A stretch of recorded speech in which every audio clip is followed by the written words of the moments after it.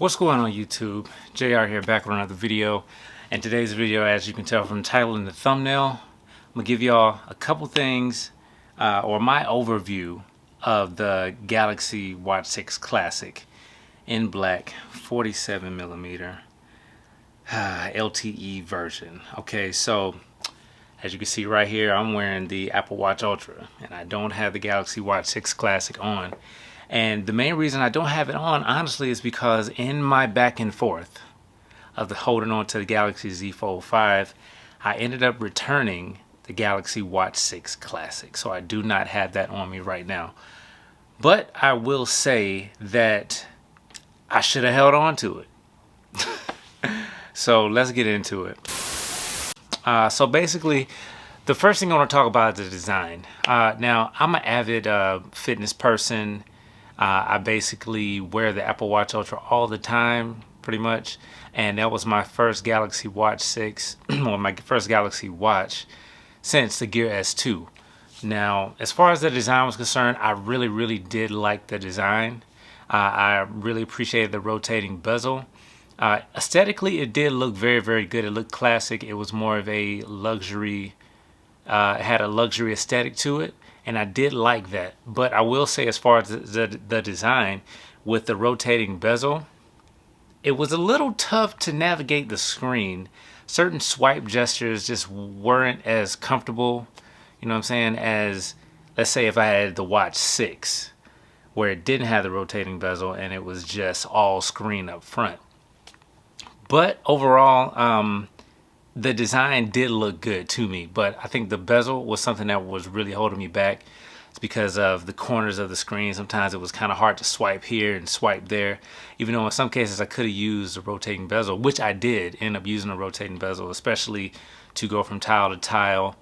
But when typing on it, especially using the text, you know, the keyboard and everything, it was really small. It was a lot of errors. It was much more difficult for me to type on it than I wanted it to be. And honestly, the talk to, you know, the text to speech, the speech to text, that was a little bit iffy too. But it did look good. And now from time to time, the little speaker grill, because I was wearing it on my right wrist, doing certain exercises, it would kind of pinch my skin. So that was a bit uncomfortable for me. But as far as the look is concerned, it did look really good. It was subtle, you know, and it didn't stand out too much. But as far as the design overall, you know, it did look pretty good. Now, the second thing I want to talk about is the performance of it. And we know that the Galaxy watches right now are rocking the Exynos chip. And I got to be completely honest with y'all. I do not like the Exynos chip. To me, it felt like it was lagging a lot. Even when I was starting certain activities, you know, during exercise and whatnot, it wasn't as responsive as, I guess, what I've been used to in smartwatches, specifically the Apple Watch Ultra. So it was certain things about swiping, you know, with the lag and just the smoothness of it. It wasn't quite there for me. And I know that this is something that's still building, but I just figured that coming from the S2, that they probably, you know, would have done more to correct that or fix that. Now I know each year, you know, it's going to get better and better, but I'm going to be honest, the Exynos chip just wasn't doing it for me. And I guess if you've been with Galaxy, if you've been with the Galaxy Watch from the beginning, then yeah, it's cool and it's going to work out for you. But I'm telling you, man, I think if you've been on the other side, and I know what other side I'm talking about, you're going to see a difference. You're definitely going to see a difference. Okay, and the next thing I want to talk about is the battery life. So as far as the battery life is concerned, I think that the battery life was really good for the amount of battery that you have. So from what I remember hearing, the Galaxy Watch 5 Pro had a much better battery life, and the battery life on the Watch 6 Classic is actually a little bit lower. I believe it's 425 milliamp hours, hopefully I'm correct on that. But I was finding myself, even with the always on display on, ending up my day with about 60 I'll say 55 to 60% left.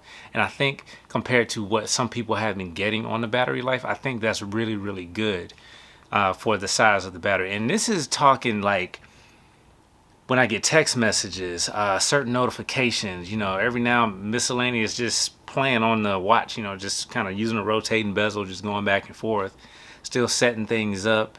And of course the activity, that was the main thing that I was really using it for. I mean, when I'm at work during the daytime, I do like a mile walk, you know, in certain areas of the warehouse. And then on my lunch break, I'll do like 30-minute cardio session. And then after work, I'll do, you know, my regular weight training and then some other stuff like that. So I'm pretty active with it. And using that activity I thought would really, really kill the battery like that. I really, really thought it would. But surprisingly enough, the Exynos chip did pretty good, you know, with efficiency and everything. So I can't complain about the battery at all. So, I mean, those are the main three things that I want to tell you guys. Because everything else on the watch honestly was fine, but I think for what I use it for on a daily basis, it was lacking, I guess, in the performance part, you know, with the chip and everything. So I think as time goes on, the software gets better. Hopefully they switch over to a Snapdragon processor.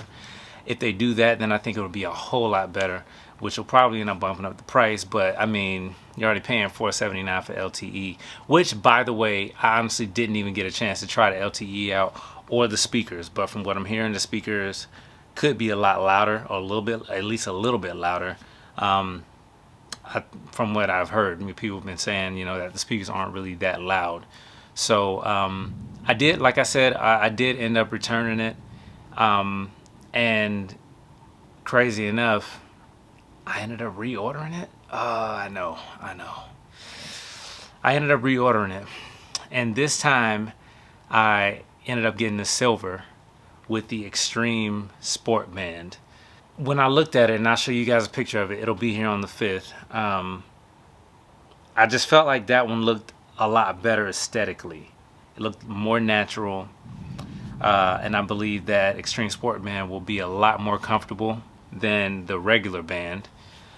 And also, I don't know, I guess I just want a Galaxy Watch again. I got to get back in the loop of having a Galaxy Watch because I want to stay in the loop with the Galaxy Watch. And not only that, I want to continue doing reviews on it too. So overall, man, I like the Galaxy Watch. I love the look of it. I know the performance is going to get a lot better on it.